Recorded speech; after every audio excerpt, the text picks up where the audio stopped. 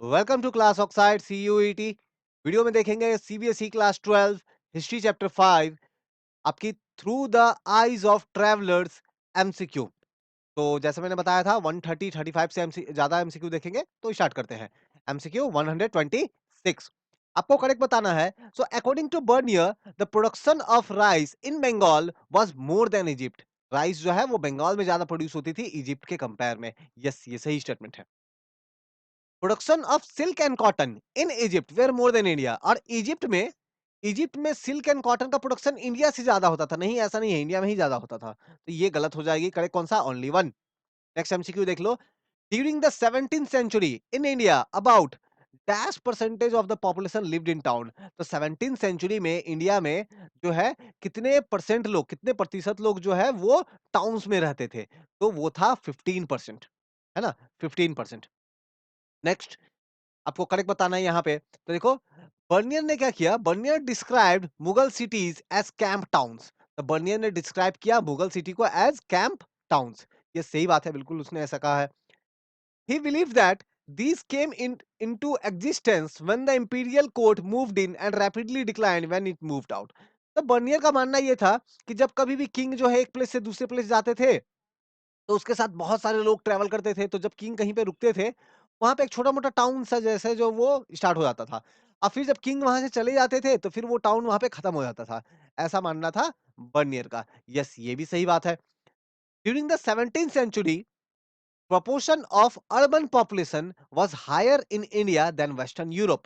हम लोग ये देखेंगे कि 17th सेंचुरी में जो इंडिया में जो अर्बन जो लोग रहते थे, वो वेस्टर्न यूरोप के कंपेयर में ज्यादा था। यस, बिल्कुल सही बात है। ठीक है, तो यहाँ पे क्या हो जाएगा? Option is D, option all. Now, तो यहाँ पे देखो, हम लोग जैसे वो कैंप टाउन बता रहे हैं, एंड देन वो उसका मानना, उनका ये मानना ये था। तो ये आपको सेकंड स्टेटमेंट जरूर समझ में आया होगा कि किंग कहीं जा रहे हैं, रुक रहे हैं, एंड देन वहां पे एक टाउन बस जा रही है, फिर किंग वहां से चले गए, तो फिर वो टाउन खत्म हो गया। ऐसा मानना था बर्नियर का। ठीक है, लेकिन थर्ड वाला इंटरेस्टिंग है कि अर्बन पॉपुलेशन इंडिया में ज्यादा थी compare to western Europe. 17th century की बात हो रही है। ठीक है, नेक्स्ट एमसीक्यू देखते हैं। According to Bernier camp town had viable social and economic foundation. तो देखो, ये जो कैंप टाउन बसाए जाते थे बर्नियर के अकॉर्डिंग, तो ये तो किंग की वजह से ना, किंग रुकते थे, दैट्स व्हाई बसाया जाता था। किंग चले गए, फिर वो टाउन खत्म। तो क्या जो फाउंडेशन है, इकोनॉमिक फाउंडेशन, सोशल फाउंडेशन, वैसे टाउन की अच्छी रहेगी? नहीं। तो camp town did not had viable, है ना? तो ये गलत हो जाएगी। हैड वायबल नहीं, did not had viable social economic foundation. ठीक है, तो ये रॉन्ग स्टेटमेंट है। दूसरा देख लो। Camp town were dependent on imperial patronage. जब कभी ये कैंप टाउन बसते थे, तो वहां पे किंग को काफी पैसे खर्च करने पड़ते थे। तो किंग कितना पैट्रोनेज प्रोवाइड करता है उसका, उस टाउन को, ये बहुत इंपॉर्टेंट था, तो वो उस पर डिपेंड करते थे। हाँ, ये वाली स्टेटमेंट सही बात है। आपको तो इनकरेक्ट बताना है। इनकरेक्ट कौन सा? Only one. नेक्स्ट एमसीक्यू देख लो आप।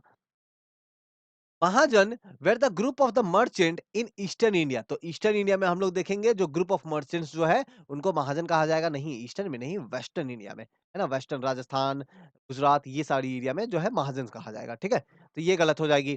दूसरा स्टेटमेंट देख लो।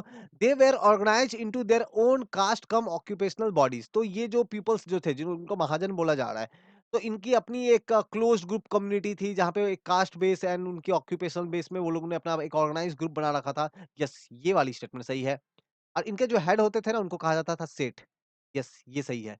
तो करेक्ट कौन सा है? आपकी हो जाएगी 2 एंड 3। 1 तो रॉन्ग है। नाउ, नेक्स्ट एमसीक्यू देख लो।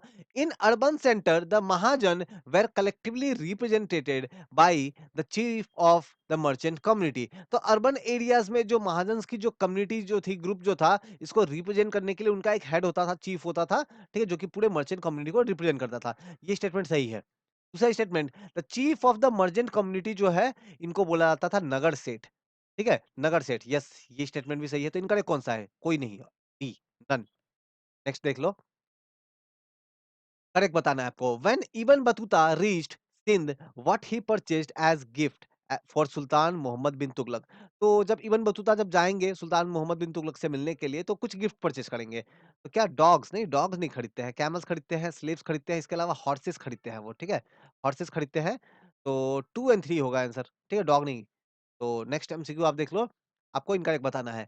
इब्न Battuta's account inform that there was considerable differentiation among the slaves. देखो, हमें पता है ना, पहले के टाइम में स्लेव एक जब मुगल इब्न बतूता जब आए, तो मोहम्मद बिन तुगलक का रूल चल रहा था। तो उसे पता था कि ओके ठीक है, स्लेव्स तो होते हैं लेकिन स्लेव सभी एक नहीं होते थे, सभी का लेवल एक नहीं होता था, अलग-अलग टाइप के स्लेव्स होते थे, ठीक है? तो इवन वो तो द अकाउंट इन्फॉर्म हमें ये करता है कि considerable difference among the slave. हाँ, ये सही बात है statement.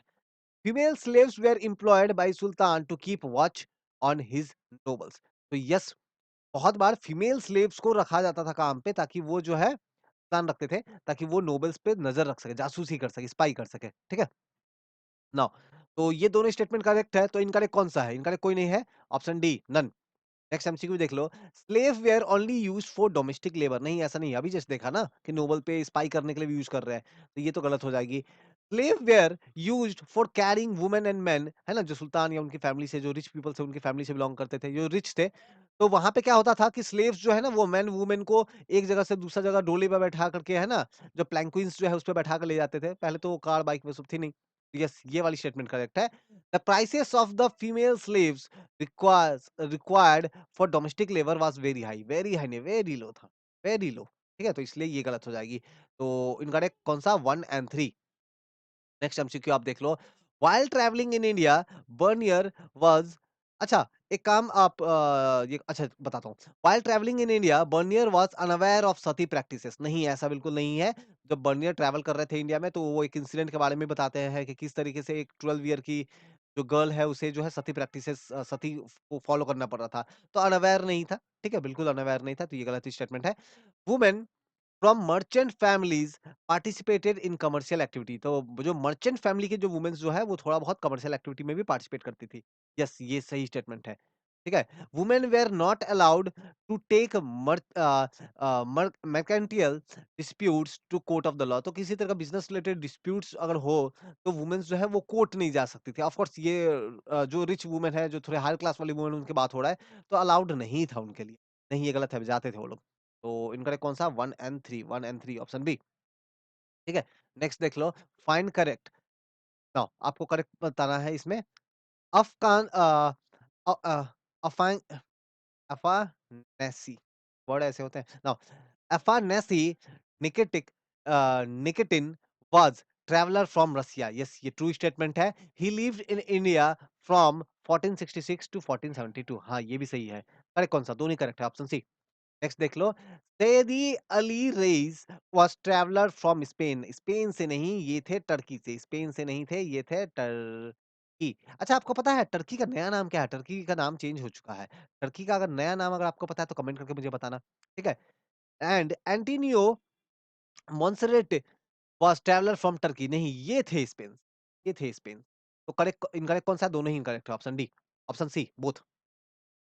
Peter Mundy was traveller from. तो पीटर मुंडी कहाँ से आए थे? तो ये पर्सन थे इंग्लैंड से, है ना? इंग्लैंड से थे।